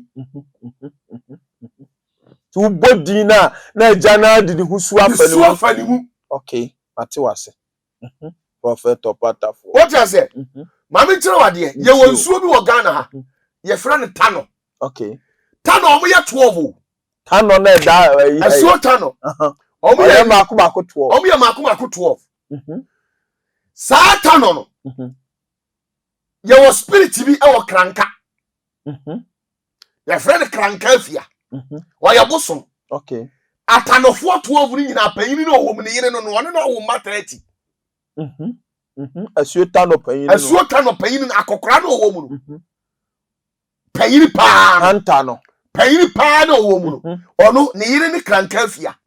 Ono na wo ma 30. But also obi wo Tano dumase. Obi ti asantima mu wo so okom Tano. Sa Tano no oba asantima mu de na ne so no o different. Okay. Ti Tano na de dani nyina Tano no nyina omo ye say 12 1 and 2 say 10 and say 2 I say omo ye 12 enti wo fra de obeda ne ho asu no de wo ye omo nyina panyin pa no de kura plumi no ono ye nsoma no oye panyin o ye nsoma ne da usoma na honko oye panyin ti ono no oye panyin ye nsoma ono ye akokora pa hom ono won kumni pa on sayade. Okay. Ono ya ade yie. Ti na fra ne ta akora no. Ni din de say. Ni din ta akora. Hey, Prophet Opatafuor. What you say? Okra de. Okay. Now, apart from no level ni nyina, all the one mention no, Tano no one mention no. Your mention for you soon. Yes, on the 9. Otoso 9. On enye. Onyo no 12 ni. Dabi. On enye. Mention for na etoso 9. On enye. Onye sesen. Omu nyina on na pentokwa. Oye twitwere ni. Aha, ana wonu na wo power. Power sesen. Mami tire wade. Elohim sino. Omu nyina de onye pa no. Ona mfre ni Yahuwa no. De mfre ni Mose nam no. Yoni Mose nam no. Ono no. Ona enye. Ona ye omu nyina so panyin. 7 ni won panyin no. Omu panyin no. Onso na enye. Nkam hu ye panyin die. Fatu aswe. Ntivinka. Ni Opatafuor. Ebi adome konde mi nuru o. Odi ka wasam. Minka wasam. Misro. O die tie no. Aha. Dia wo manhia no, Satan no wo manhia no. On ai so mu nyina no. Papa na nyini. Ena omu nyina didi to. Ena omu de omu tumi nyina hye we ni nsa 9 no. Okay. So on ye omu nyina head. But naturally no na ye panyin. Omo na do omu tumi ama no. Panyin ni pa o bunu ma. Ho no da. Sana tu on ye friend ta akora no ma yirefi. Ono da bie. Ono na odi ni komunu ma oburu ma mu no. Ona kranka spirit bi wo kranka friend kranka fia. Ono so obie ho. Ai, ono na wari sa ka no panyin pa no. Nti wo wata no bi so. Wo wata no bi so ba bi a we ni betia ya we ba ba. Because we na mo kabo mo 12 na mo kabo mo de mo tumi ama no. Ana tumi bia wo srem bia no e ka no ba. To say tigari to me nyina. tigari ofrisrem. Tigari ase chese sori me enko. Okay. Tigari efrisrem. No ya tanoba. Okay. Okay. Oye ni brafo. To omo shetano ase. Oye shetano ase ntu mi fa tigari o meji tano so. Okay. Okay. Etia frama ni kwaku mosi. Omu nyina we notness. Isirema to me no. Omu sirem to me. Omu nyina so omase. Okay. Afedi am kwa chase. Matu ase pa. Enu nti nyankopa hiniem no. Ye wo awowom sa maku 7 a. Ye fro omu Elohims. Na Elohims no omu no se one study omu yi a. Who different? Wo beka say ye awurade because tano na oba manhia no. Oye de ya. Tano. Tano. Di owo ebunuma mu so ye de Tano. Di owo ye baabi susu so ye de. Sefisade also ye de. Also ye tano. Na den tina tano to me. Tano no timi wo ha at the same time. Na wasafa obi so at the same time. No mu nyina kom. Tano kom for the same baby. No mu nyina kom at the same time. Omo ye hwan. Di achia ni say Tano no ye 12 enti de oba ha no. Or you different from the ohabatom ni mo but omo kan kiro. I just say wo mo ni for pa de be chasa wo Tano no ye different wo Tamo no ye different. E ye nsunsu ye ketua bi no be ya mo ho. Enti sa na Nyankopon tie. Na ono no ni dino obi anim. Nyame ankasa din. I don't oba first time no. Ongu sense how the hwan. Wasani osre ye. Anu ohwe ye Moses anim. Anu ohwe ni dino ka chen say e fe me mia na miara. Adentia.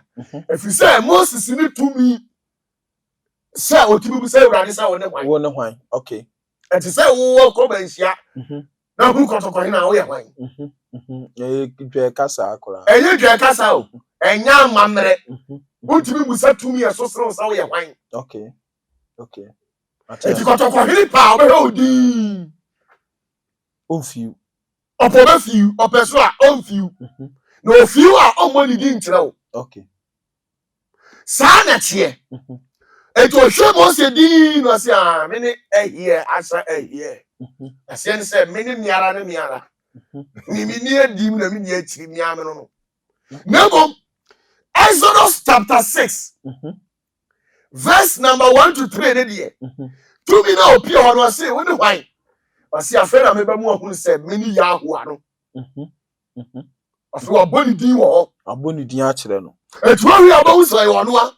Okay. Enyo ono a. Prophet Opatafuor. Yetie o. Enti omo nyina payin no. Ono ni Yahoo no. Ahohom 7 no. Etu ono mo de da ye leader. Yes.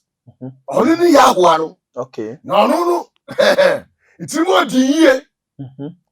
Onye friendly. Ono be di jollof. Ummu ade anya ne so. Sisi anu akum. Sisi anu apart from the washo. Enti on say ye binum say Bible God ni timu ye dey. Aha.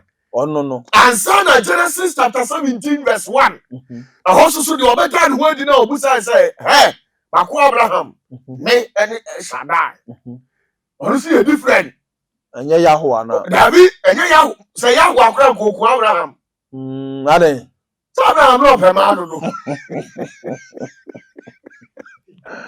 Prophet Opatafuor. Aha. Yahoo ana won na won pema asem. Okum. Sa. Okum. Opakro bekum bema. On pema asem. Oni abotro. O okra. Okay. Woni so okra, emuani nyina woni abo a. O chiri kwasi asem. Okra. Onso na yeso wodwu o Obu a. Upa mu amuhwe ana ukofi a. Shase steady okra.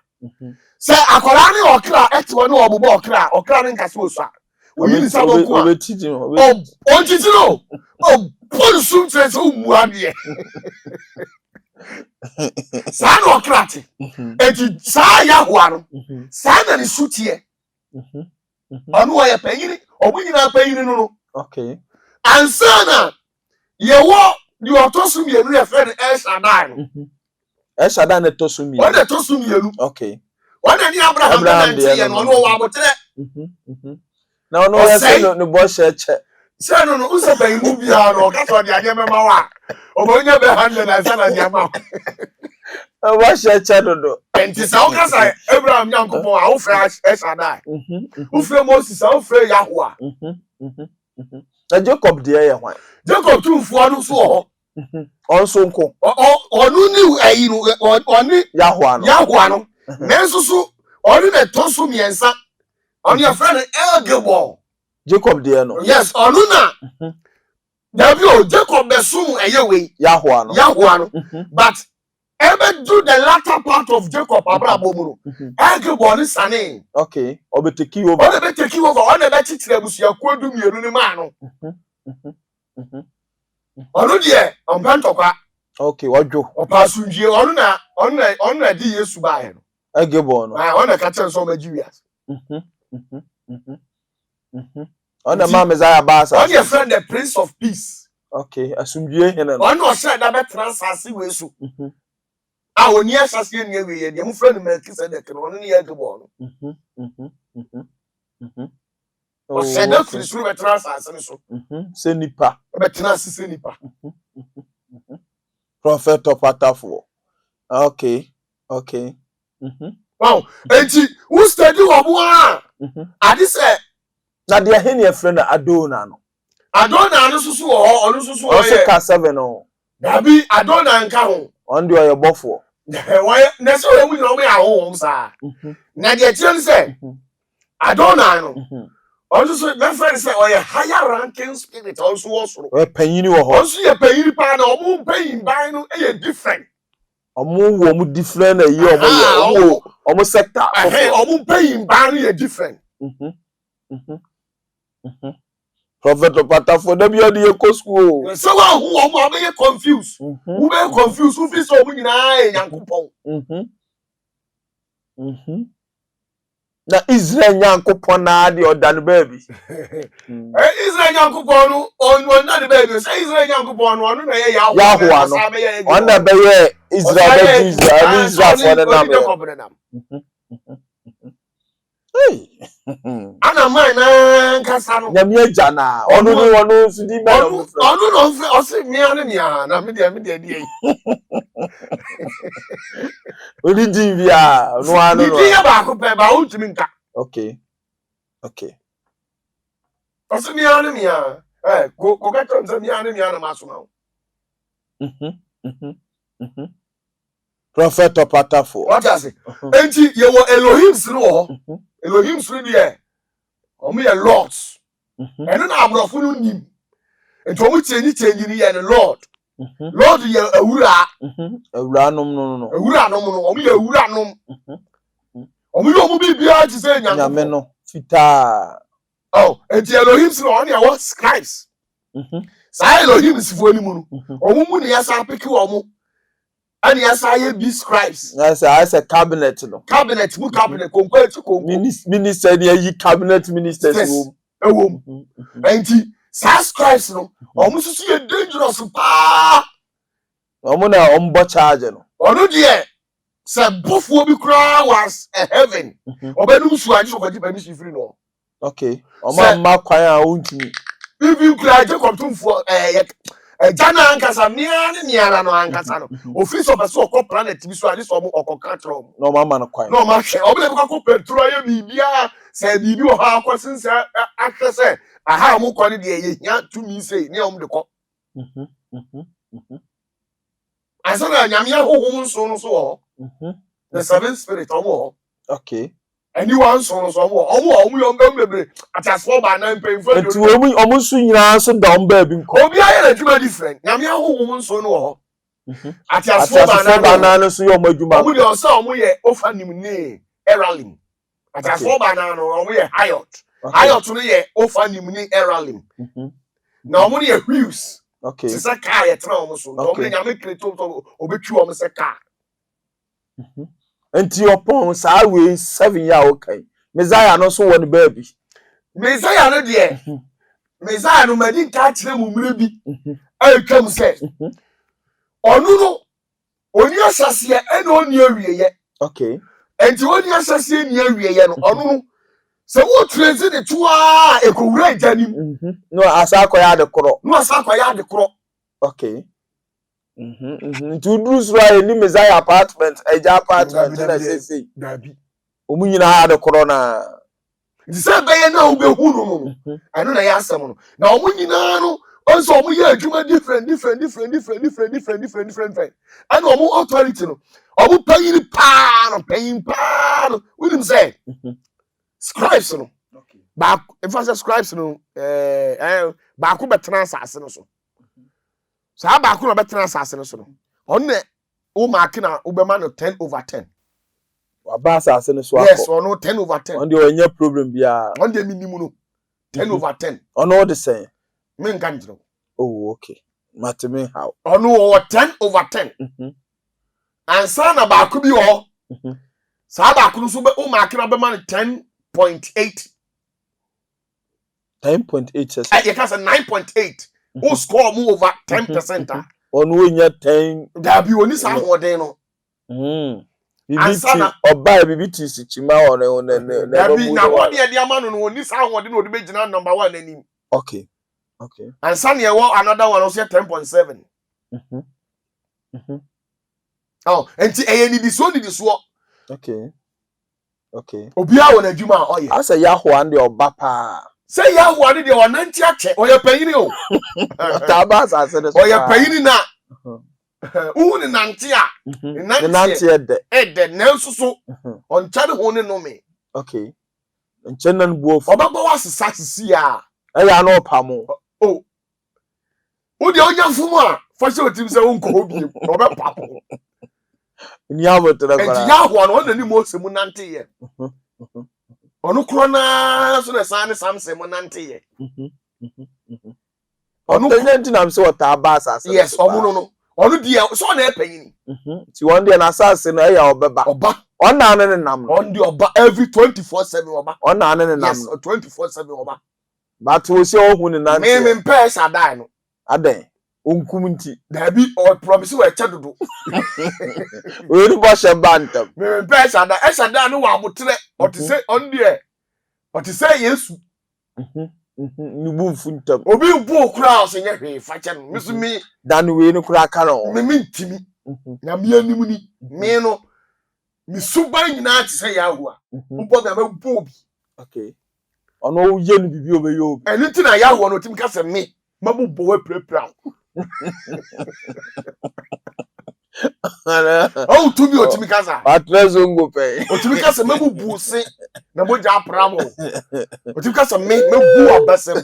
Me pesa to me o. Enti na ye kra. Enti on so ye kra. Obi anu a ya wo beto ne safro abe ko nya kra. Apart from to me egbo no. Eni esada omu no ho frɛ wo a wo nya kra. Ene o ye di. Ba we nan kasa de de. Ne nantie gra. Ne nantie din. O ye ne boni a. Enkopa chow. Okay. We dey she oni. Obe consider wa. No anda ko mato a. Aha, ba o kasa enkopa chow a. O de abufuo bekum. Ona ne kum Misrimfo. Ona kum Misrim. Say ona na bo mo asesa no. Okay. De duru mire bi no mo bande no. So mo mane masters no subiem. Okay. And Ezekiel mo. Any Isaiah mo kofisa afoforo de ne baaye. Isaiah wan fa Yahoo na baaye. Nyanka Isaiah nkomu nku wono angasa. Baby aye bodin Yahoo bia no hwese wi o musuba sitie. Omo pentoko mani so hyehyehye. Baby Yahoo din wo bia no. Hwe bia de we ntokwasi wo. Hwe de we osisa ya de. Sa na ne sutie. Okay. Enti wo hwe obeka se omu nyina e baako na mmom no papa na nkasa de wa to ni race na to asase so one spread. Okay. Na obusa de se woni hwan. Baby abosu wa kiro se here asa here miara ne miara. Onu no eja no. Onu ni eja na nkasa no. Onu ni eja na nkasa no. Na so hu ya ayi na Yahoo na. Hu no eja no a hu difference. Omu tuntum ni nyina the same. Omo abodidi the same. Omo ni kosu the same. Ba just say baako eja ne de no. Nam so wo sha de bi mu ni ntino. Hu no. Okay. Bas wo dum ade na woni hu nyina no apia kire wa. Sa no so tie. Nti eja we de personal wa meme de. ya bro ha metum nsafre nyame agya no nyame oba nyame onkrokro no agya na eba na Elohim si ni bi na eba Utimi frɛ wo yɛ hwan na ofrɛ nyame agya. ti Elohim si ni bi na beba Ukra wo bɔhye. okay Ukra utimi frɛ Elohim. Elohim kra utimi frɛ no. Utimi frɛ scribes abofo ni bi na beba utimi frɛ scribes. okay Utimi kra frɛ principality. ti ye ni sofo wo mo nsa ano a oti o mo fro mo mba Anu ntira me kyerɛ sɛ ukra bɔhye. okay Ana ukra pam. okay Ye wo obi anyame ama ne saa tumi no. Obo ade na ma ne tumi. amana pam se odi e ba bi afre ne meba Ati sɛ Enoch no wa pam no otimi frɛ na at any time. okay Enoch utimi travel ekɔ nyame ho at any time. But who was how to me no? Who this someone they into your friend Jabiaja?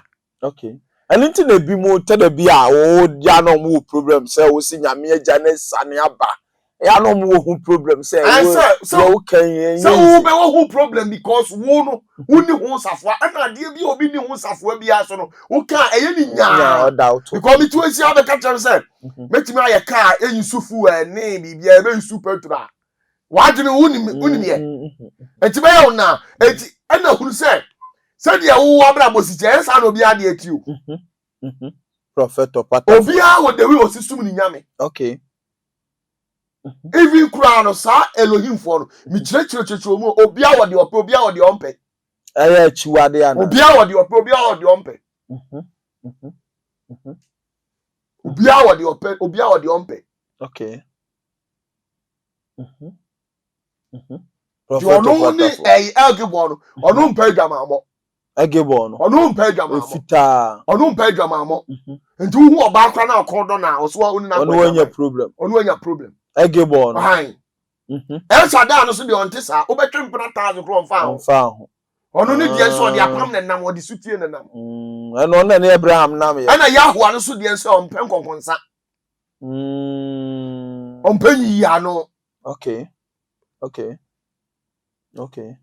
etwa owo mu dia wo de ompe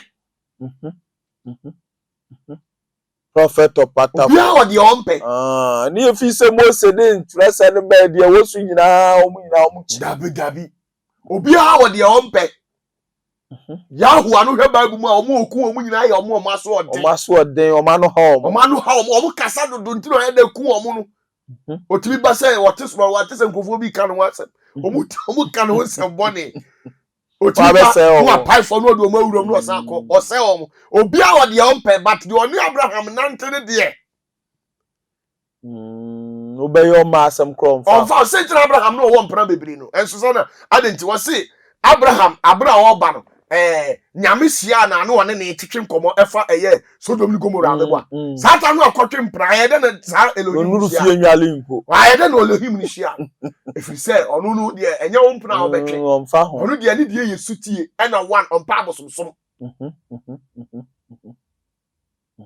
but omu nyina no eti agya ni mu okay unyina gina ye fira agya ni mu omu nyina fira agya ni mu once I bet Elohim no omu mienu omu 7 obi a voice no e agya no na no kasa straight okay na ya na enye easy okay omu ye very difficult untimi nya omu so onu omu nam no on feel ti asofo no bebre ntimi hia omu da ho untimi kura nhia no untimi fa pensia no Yesu onu frɛ onu a consider because Abraham na 99 years ansa no ba kokora ne ansa na esada na frɛ no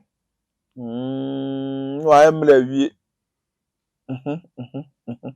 afi watiase enu ntino wo mu categories na so hu na hu nyame ahini no se na sitie ntina me de asuo ta no ye to fato se wo hwe ya beka se ta no ye ba ko pe but om do so 12 ana omu nyina so bi a wo yere okay sanity alright abusuafo nyamedifo na ajemre enade ode yawuramo de yakọ school papa yemre na emre ne kọ baba pata for de odi twa to ne ensole so na tam ne kọ mechie obi bia say yesi aya boa ya hu to 29 December okay yo intimate o subscribe and no subscribe sanity nyamisha mu nyina okay abusua prophet pata for nyamedifo na matene nka no ya shamebo say kwasi ada na otwe se nne yebesa ajemre ehia mu biem midi di wo se kofi edum besi ha edo bibi ase.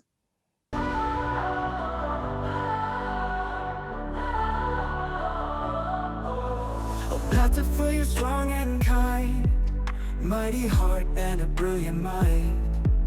Generosity in every game, change the world in your name. Every day you rise and grind, lift us up, leave none behind. In your shadow we find the light, guiding us to better heights. Opatafuor, to the power, strength and love in every hour. Generosity like summer rain, you shine through every pain. Oh, you're the power, strength and love in every hour. Generosity like summer rain, you shine through every pain. In your presence fears subside, kindness is your greatest pride. Every battle you fight to win, bringing hope time and again. When the world feels cold and dark, you ignite that hopeful spark.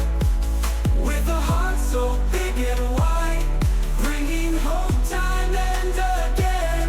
Opatafuor, you the power, strength and love in every hour. Generosity like summer rain, you shine through every pain.